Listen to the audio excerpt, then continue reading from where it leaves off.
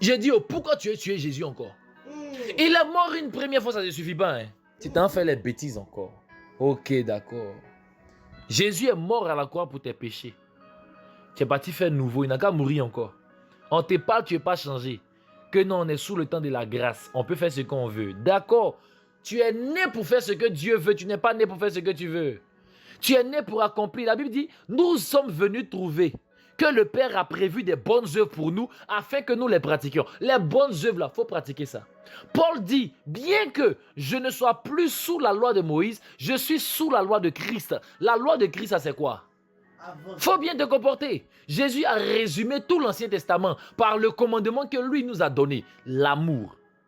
Il dit tout l'Ancien Testament se résume à ce que je vous dis maintenant. En d'autres termes, quand tu obéis à ce que lui te dit, tu as obéi à tout l'Ancien Testament.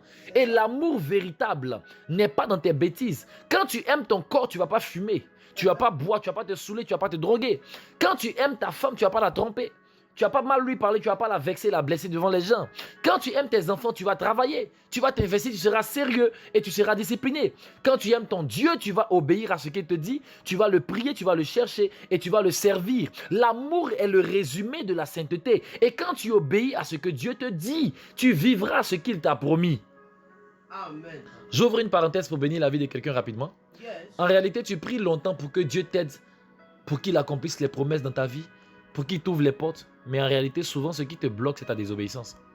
Obéis et puis regarde. Dis, Seigneur, qu'est-ce que tu veux que je fasse? Oh oh. Plusieurs personnes jeûnent et prient pour que Dieu accomplisse leurs promesses sans lui demander qu'est-ce que tu veux que je fasse. Dis avec moi, que veux-tu que je fasse? Que veux-tu que je fasse? Quand tu vas poser cette question à Dieu, tu vas voir que tes promesses vont s'aligner parce que Dieu aime l'obéissance. Dieu aime quoi? L'obéissance. Je ferme la parenthèse. J'espère avoir béni quelqu'un par cette belle parenthèse. Écoute-moi très bien.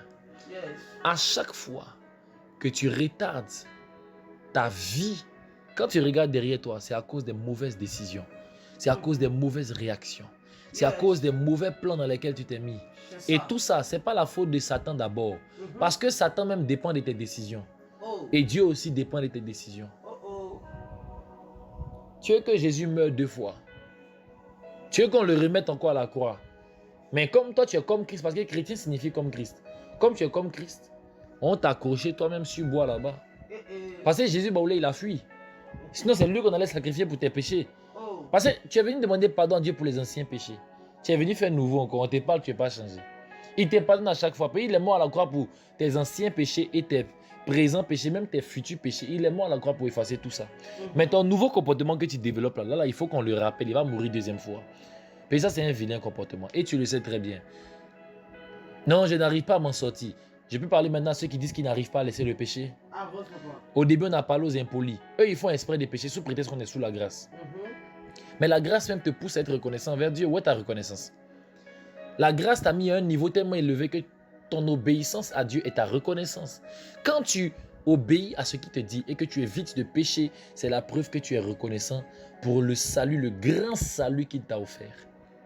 Ta désobéissance à ces principes prouve que tu n'es pas reconnaissant pour la grâce. Sois reconnaissant et évite de pécher. Toi qui dis je n'arrive pas à m'en sortir. Si tu n'arrives pas à t'en sortir, au moins il faut t'en rentrer. Christ est là, il est devant toi. Il est la porte qui te conduit au Père. Passe par lui pour aller au Père. Dans le Père, il n'y a pas de péché. C'est parce que tu essaies de laisser les péchés par tes propres forces que tu n'y arrives pas. Je vais vous donner le secret que Dieu m'a donné il y a longtemps. Il m'a dit, si tu veux fuir le péché, ne fuis pas le péché. Cherche-moi. On le dit, tu dis amen quand on le dit, mais tu ne changes pas. Parce que tu ne sais pas comment on le cherche. Laisse le péché, fais comme si tu ne pêches plus. Oublie le péché, même si tu le fais toujours, oublie. Quand tu arrives devant Dieu, prie. Cause avec lui comme si de rien n'était. Tu vas te rendre compte que le péché va quitter seul. Pourquoi? Parce que le péché, c'est son affaire à lui. Toi, ton affaire à toi, c'est de veiller sur votre relation. Quand tu fais ta part, il fait sa part. Parce qu'il a déjà commencé à faire sa part avant toi. Il est mort à la croix d'abord. Ça fait 1-0. Toi, tu dois marquer 1-1 pour égaliser en venant devant lui et en t'accrochant à la croix. Et lui, maintenant, il va faire ce qu'on appelle l'œuvre de la croix. C'est l'œuvre de la croix qui va te délivrer du péché. Ce n'est pas tes jeûnes et prières, c'est l'œuvre de la croix. que Jésus fait lorsque tu dis oui à sa croix. Lorsque tu viens devant lui pour dire, Seigneur, tu as rétabli la connexion entre toi et moi, alors je viens te parler. Dis-moi Amen.